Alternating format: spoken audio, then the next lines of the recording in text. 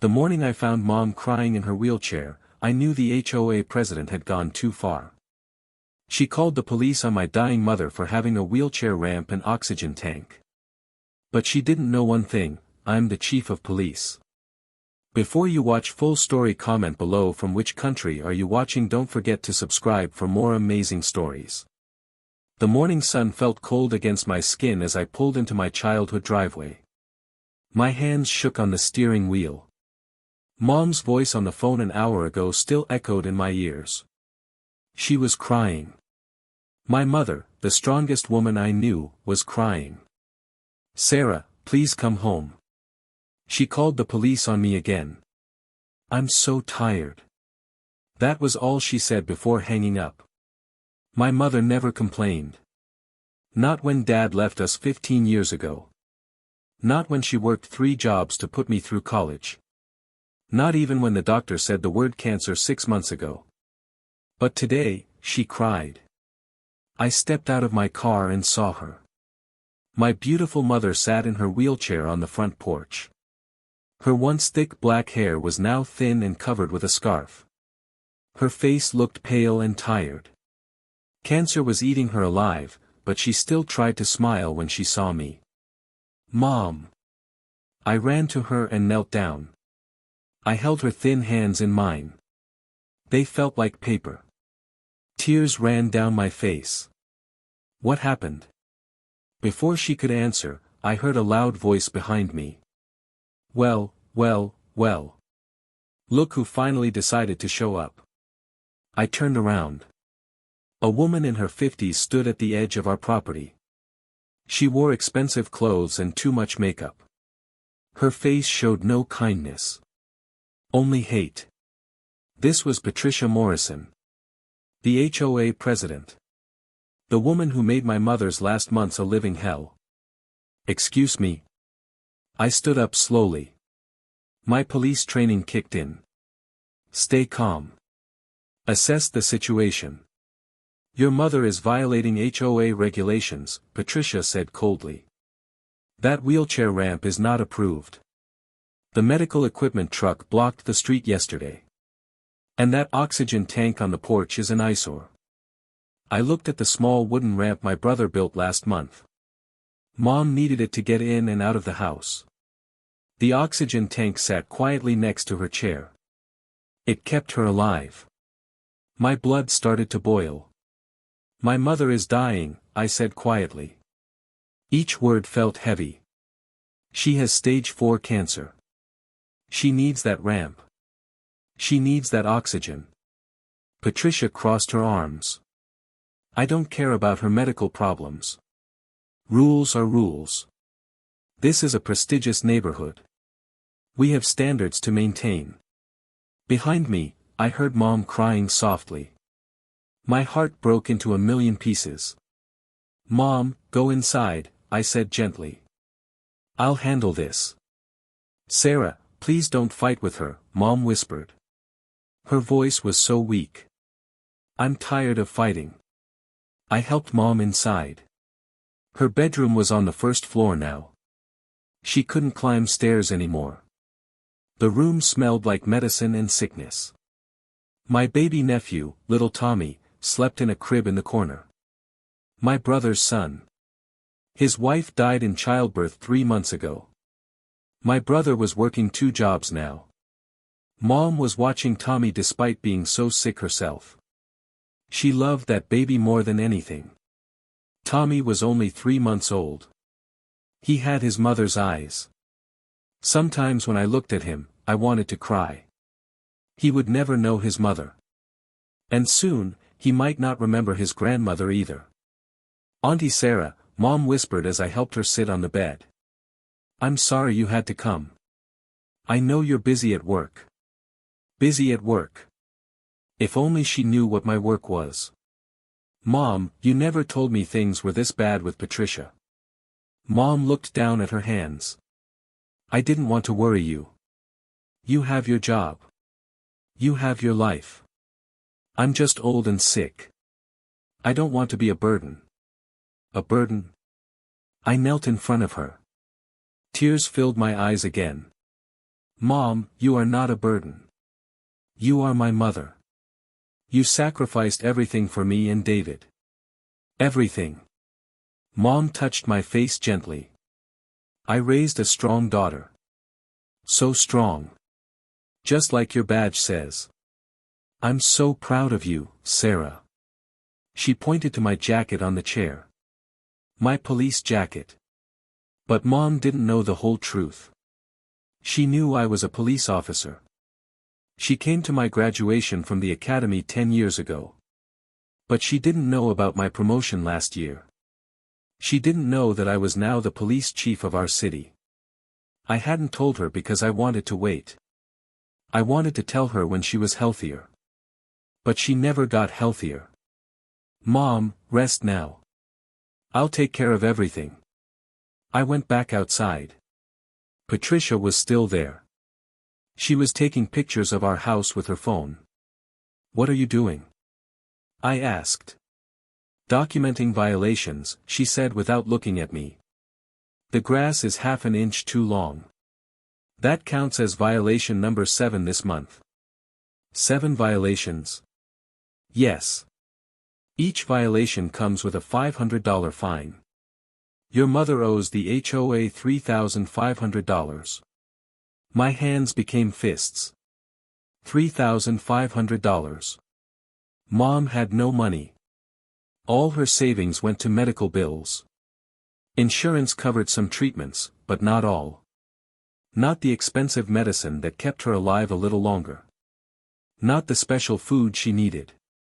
Not the home care nurse who came twice a week. This is insane, I said. You're charging a dying woman for having a wheelchair ramp? I'm enforcing community standards, Patricia said coldly. If she can't follow the rules, maybe she should move to a care facility. A care facility? This is her home. She lived here for 30 years. Not my problem. Patricia walked closer. Her face showed something evil. Something cruel. In fact, I already called the police about the disturbance she caused this morning. What disturbance? Her medical alarm went off at 6 a.m. It was loud. It disturbed my morning meditation. I stared at her in disbelief. That alarm saves her life. If she falls or stops breathing, it calls for help. Too loud. Violation number 8. Patricia smiled. A cold smile. The police should be here any minute. Maybe they'll finally make her understand that rules apply to everyone. Even sick people. At that moment, I heard a baby crying inside the house. Little Tommy was awake. His cry was loud and strong. Healthy. Beautiful. Patricia's face changed. Is that a baby? Are you running an illegal daycare now? That's my nephew. My mother is watching him while my brother works. Another violation. No home businesses allowed. No excessive noise. That's 10 violations now. $5,000. Patricia took more pictures. The police will hear about all of this. I heard car tires on the street. A police car pulled up. 2 officers got out. Young officers. New. I recognized them from the station. Officer Martinez and Officer Chen. Good kids. Good cops. They walked up slowly. They saw Patricia first. Ma'am, you called about a disturbance? Officer Martinez asked. Yes. Patricia pointed at our house. That woman inside is violating multiple HOA regulations. She's disturbing the peace. She's running an illegal business. I want her cited. I want her fined. I want her removed from this neighborhood. Officer Chen looked uncomfortable. He glanced at me, then at the house, then back at Patricia. Ma'am, can you tell us exactly what laws are being broken? He asked carefully. The baby is too loud. The medical alarm is too loud. The wheelchair ramp is ugly. The oxygen tank is an eyesore. Patricia was almost shouting now. Officer Martinez wrote in his notebook. But his hand moved slowly. He looked at Patricia like she was crazy. Ma'am, having a wheelchair ramp isn't illegal. Having an oxygen tank isn't illegal. Babies cry. That's what babies do. But the HOA rules. HOA rules are not the same as laws, ma'am, Officer Chen said gently. We can't arrest someone for HOA violations. Patricia's face turned red. Then I'll file a noise complaint. That's a real law, isn't it? At that moment, the front door opened. Mom rolled out in her wheelchair. She held little Tommy in her arms. The baby was crying. Mom looked exhausted. Tears ran down her face. She was shaking. Please, Mom said weakly. Please just stop.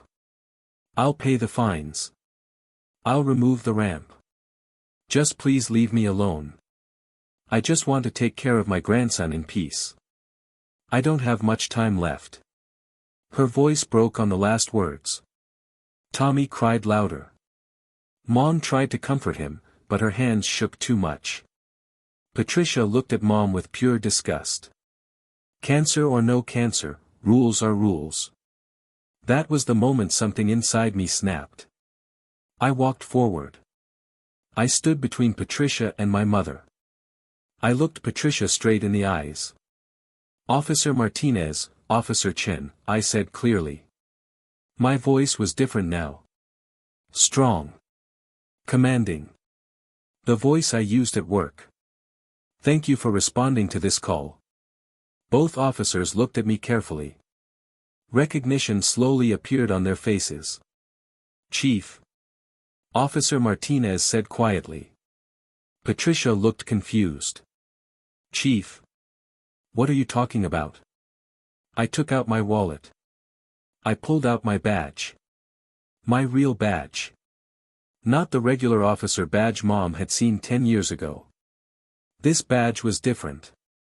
It had words on top. Chief of Police. I held it up for everyone to see. I'm Police Chief Sarah Chen, I said calmly. I've held this position for the past year. This is my mother. This is her home. And you just called the police on a disabled cancer patient for having medical equipment. The color drained from Patricia's face. Her mouth opened but no sound came out. Officer Chen stepped forward. Chief, we had no idea. We just responded to the call. You both did good work, I told them. You stayed professional. You asked the right questions. You understood that HOA rules are not laws. I turned to Patricia. But this woman wasted police resources. She made a false complaint. She harassed a disabled person.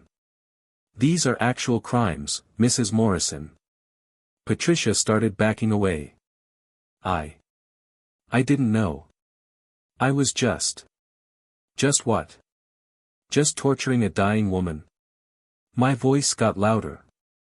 Just charging her thousands of dollars for having a wheelchair ramp. Just threatening to remove her from her own home. Just calling the police because a 3-month-old baby cried. I was enforcing HOA rules. Patricia said desperately. Show me these rules, I demanded. Show me where it says a disabled person cannot have a ramp. Show me where it says a cancer patient cannot have oxygen. Show me where it says a grandmother cannot watch her grandchild.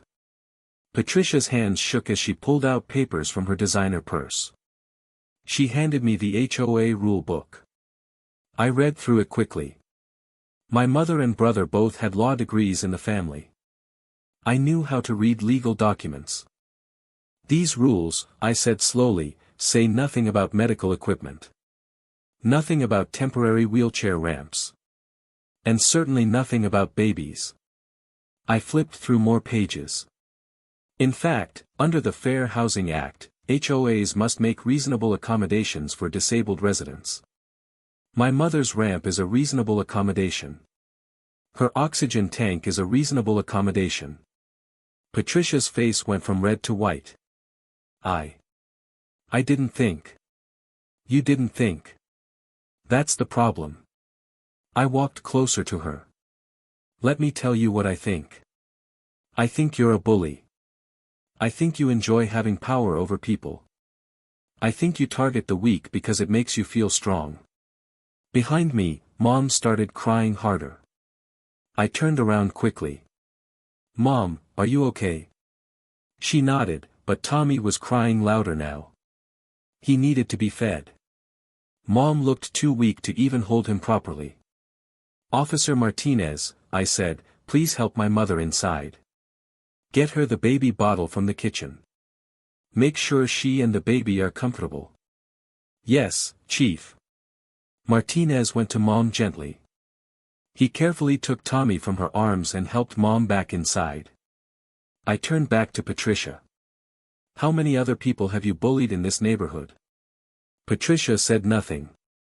Officer Chen, I want you to visit every house on this street. Ask if anyone else has been harassed by Mrs. Morrison. Ask if anyone else has been charged unfair fines. Get statements. Yes, Chief. Patricia finally found her voice. You can't do this. I'm the HOA president. I have rights. And my mother has rights too. Rights that are protected by federal law. Rights that you violated. I took a step closer. You charged her $3,500 in false fines. That's theft. You harassed a disabled person. That's discrimination. You filed a false police report. That's a crime. I want to speak to your supervisor. Patricia shouted. I almost laughed. I am the supervisor. I'm the police chief. There is no one above me in this police department except the mayor. And the mayor is a personal friend of mine. We went to college together. Patricia's whole body started shaking. Please, I didn't mean to. You didn't mean to what? You didn't mean to make my dying mother cry.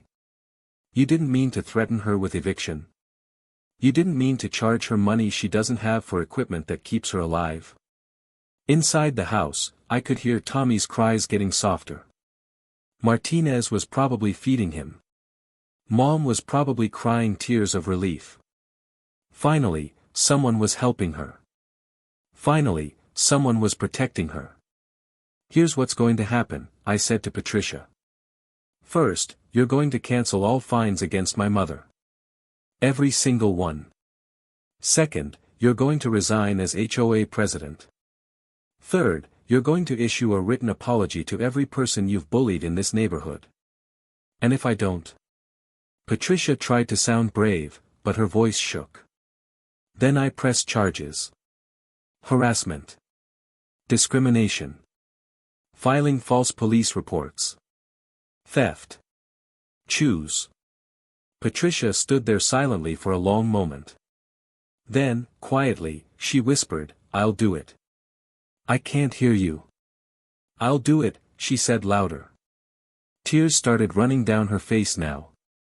Good. Let her cry. Let her feel a fraction of the pain she caused my mother. One more thing, I added. My mother is going to live in this house for as long as she wants. With her wheelchair ramp. With her oxygen tank.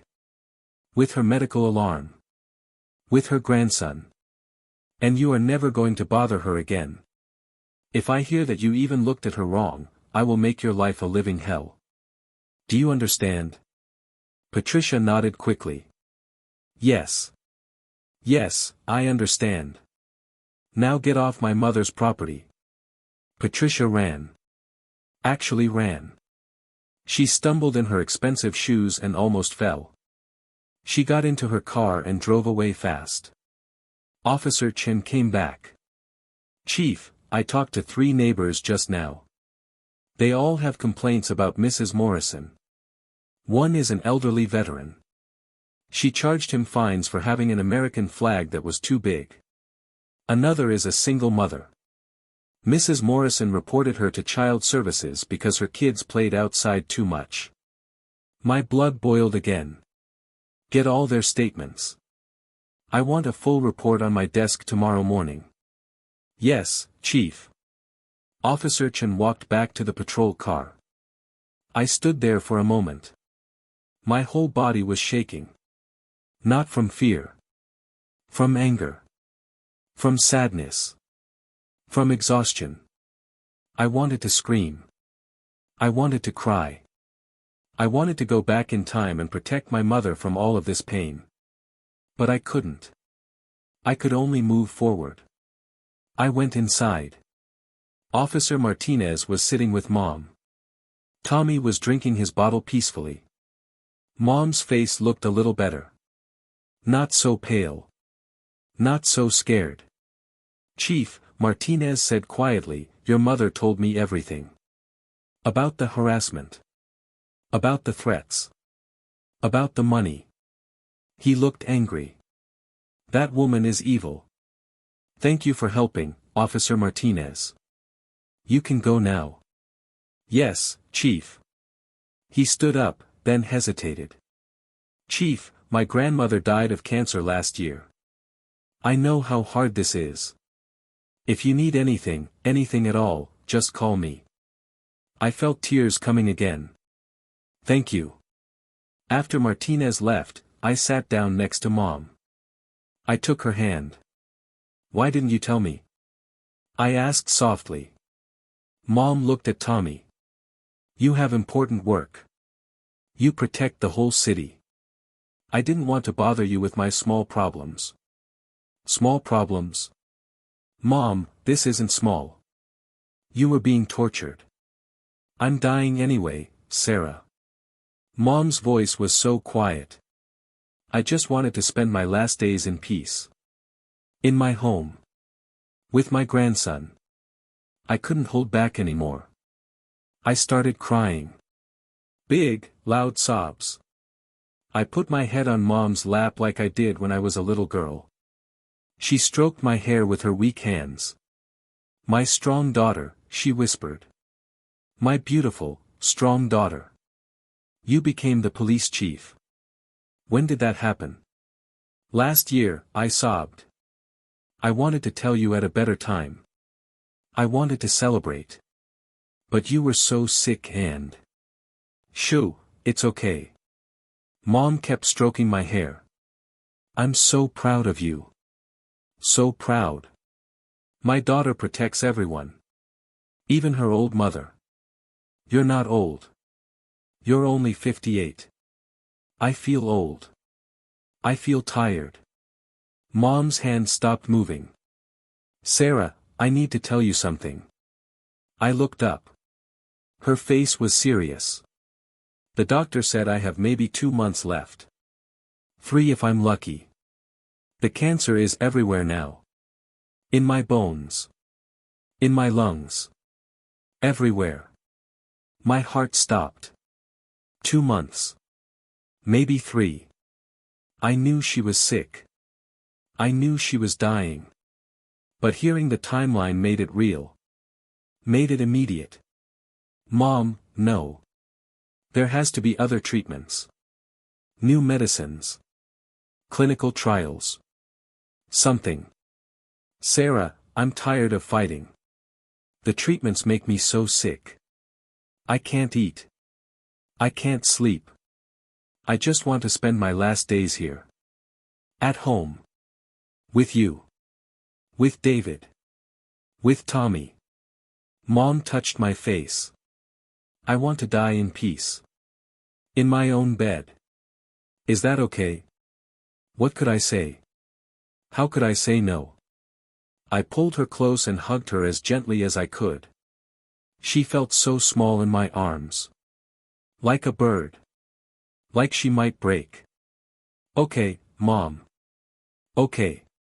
Whatever you want. I'll make sure you have peace. We sat like that for a long time. Tommy finished his bottle and fell asleep. His small chest moved up and down peacefully. He had no idea what was happening. He had no idea he was losing his grandmother. The only mother figure he would ever know. The next few weeks were busy. I launched a full investigation into Patricia Morrison and the HOA. What we found was shocking. Patricia had been stealing money from the HOA fund. Thousands of dollars. She used it for personal expenses. Vacations. Jewelry. Clothes. The fake fines she charged people went straight into her pocket. We also found that she had targeted other vulnerable people in the neighborhood. The elderly veteran. The single mother. A family with an autistic son. Anyone she thought was weak. Anyone she thought wouldn't fight back. I pressed charges. All of them. Patricia Morrison was arrested. She lost her position. She lost her reputation. She lost everything. The news covered the story. HOA president arrested for harassment and theft. Patricia's face was on TV. She was crying in her mugshot. I felt no sympathy. Not after what she did to Mom. The neighborhood celebrated. People came to our house with food, flowers, and hugs. They thanked me. They thanked Mom for being strong. For being the first to stand up to Patricia. But Mom's health got worse. The 2 months the doctor predicted turned into 6 weeks. Then 4 weeks. She slept most of the day now. She barely ate. Her body was shutting down. I took leave from work. I stayed with Mom every day. David came home too. We took turns caring for her and watching Tommy. Mom loved watching Tommy. Even when she was too weak to hold him, she wanted him near her. She wanted to see him smile. Hear him laugh. Watch him grow, even if only for a few more weeks. One night, Mom called me to her room. It was late. Almost midnight. The house was quiet. Tommy was sleeping. David was sleeping. But Mom was awake. "Sarah," she whispered. "Come sit with me." I sat on her bed. She took my hand. Her hands were so cold now. "I need to tell you something important." "What is it, Mom?" "I'm not afraid of dying." Her voice was weak but clear. "I'm sad to leave you and David. I'm sad I won't see Tommy grow up. But I'm not afraid." Tears ran down my face. "I'm afraid, Mom. I'm not ready to lose you." "I know, baby. But listen to me carefully." Mom squeezed my hand. "These last weeks with you, with David, with Tommy, they were happy. Patricia is gone. The harassment stopped. I'm dying in my home, in my bed, surrounded by my children. This is all I wanted. Mom. You gave me peace, Sarah. You protected me. You used your power to defend someone who couldn't defend themselves. That's what real strength is. Not bullying the weak. But protecting them." Mom touched my police chief badge that hung on the wall. "You're a real chief. A real leader. I'm so proud of you." I couldn't talk. I just cried and held her hand. "Promise me something," Mom said. "Anything. Keep protecting people. Keep being strong. And when I'm gone, help David raise Tommy. Tell Tommy about me. Tell him his grandmother loved him more than the stars. I promise, Mom. I promise." Mom smiled. A real smile. The kind she used to give me when I was little. "Good girl. My good girl." She fell asleep then. I stayed with her all night. Holding her hand. Watching her breathe. Memorizing her face. 3 days later, Mom passed away. It was peaceful. She was in her bed. David and I were both there. We were holding her hands. Tommy was sleeping in his crib nearby. Mom took one last breath, smiled, and then she was gone. The funeral was big. The whole neighborhood came. The whole police department came. Even the mayor came. People shared stories about Mom. About her kindness. Her strength. Her sacrifice. Patricia Morrison did not come. She was in jail, awaiting trial. After the funeral, I stood at Mom's grave. It was a beautiful spot under a tree. I put flowers down. "You were right, Mom," I said quietly. "Real strength is protecting the weak. And I'll keep doing that. Every day. For the rest of my life. For you." I felt a hand on my shoulder. David. He was holding Tommy. "She loved you so much," David said. "She was so proud of you." I took Tommy in my arms. He looked up at me with his big eyes. He smiled. A beautiful, innocent smile. "Hey little guy," I whispered. "Your grandma wanted me to tell you something. She loved you more than the stars. And she always will." Tommy grabbed my finger. His grip was strong. Stronger than I expected. Like he understood. Like he was holding on to the love his grandmother left behind. That night, I went back to Mom's house. Our house now. David and I decided to keep it. To raise Tommy here.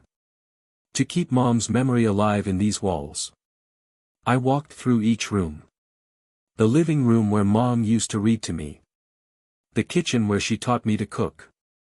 The bedroom where she spent her last days. Everything reminded me of her. Everything hurt. But I noticed something else too. The wheelchair ramp was still there. Strong and solid. The oxygen tank was gone now, but its place was empty. Like a reminder. These things kept Mom alive a little longer. These things gave her dignity. And Patricia Morrison tried to take them away. I made a decision that night. I would create a new law. A city ordinance. Medical equipment and disability accommodations could never be considered HOA violations. No one would ever go through what Mom went through. Not in my city. Not on my watch. I worked on the ordinance for months. I presented it to the city council. I told them Mom's story. I showed them what Patricia did. I made them understand. The ordinance passed unanimously. They named it after Mom. The Grace Chin Medical Accommodation Protection Act. The local news covered it. Police chief creates new law to protect disabled residents. They interviewed me. They asked me about Mom. My mother was the strongest person I knew, I said on camera. She worked 3 jobs to give her children a better life. She fought cancer with courage and grace. And in her darkest moments, she was bullied and harassed by someone who should have shown compassion. This law makes sure that never happens again. No disabled person should fear living in their own home. No sick person should be charged fines for medical equipment. This is for my mother. This is for everyone like her. The interview went viral. People across the country shared it. Other cities started creating similar laws. Patricia Morrison's name became synonymous with cruelty. My mother's name became synonymous with dignity. Patricia Morrison was convicted of harassment, discrimination, theft, and filing false police reports. She got 3 years in prison. Her husband divorced her. Her friends abandoned her. She lost everything. I didn't feel happy about it. I didn't feel revenge was sweet. I just felt empty. Because Patricia going to prison didn't bring Mom back. Nothing could bring her back. But every time I saw Tommy smile, I felt a little bit of Mom's love. Every time I put on my police chief badge, I remembered her pride. Every time I helped someone who couldn't help themselves, I honored her memory. 6 months after Mom's death, I got a letter. It was from an elderly woman in another city. She wrote, "Dear Chief Chen, I saw your interview about your mother. I am also disabled. I also have cancer. My HOA was trying to charge me fines for my wheelchair ramp. But after your law was created, my city adopted it too. They can't charge me anymore. You saved me. Your mother saved me. Thank you. I cried when I read that letter. I cried because Mom's pain meant something. Her struggle meant something. She changed the world, even after she was gone.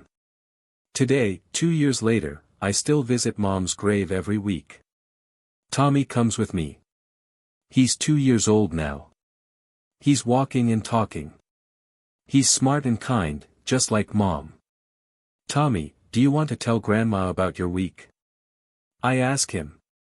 Tommy puts his small hand on the gravestone. Hi Grandma Grace.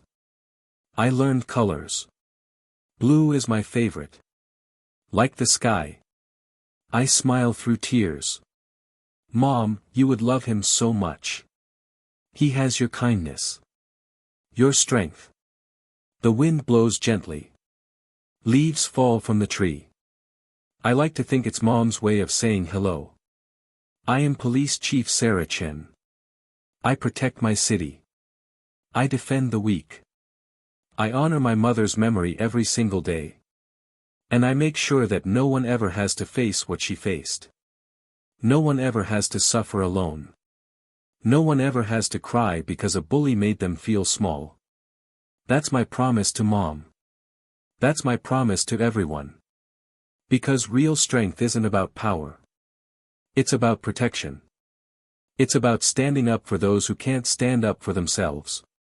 It's about love. And that's what Mom taught me. Even in her darkest days. Even when cancer took her body. Even when cruel people tried to break her spirit. She taught me that love is stronger than hate. That dignity is stronger than cruelty. That family is stronger than everything. Patricia Morrison wanted to destroy my mother.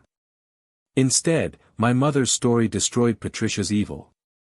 Mom's legacy changed laws. Changed lives. Changed the world. That's the power of love. That's the power of standing up. That's the power of fighting for what's right. And I'll keep fighting. For Mom. For Tommy. For everyone who needs protection. Because I'm not just a police chief. I'm Grace Chen's daughter. And that means something. That means everything. Rest in peace, Mom. Your fight is over. But mine continues. And I promise you, I'll make you proud every single day.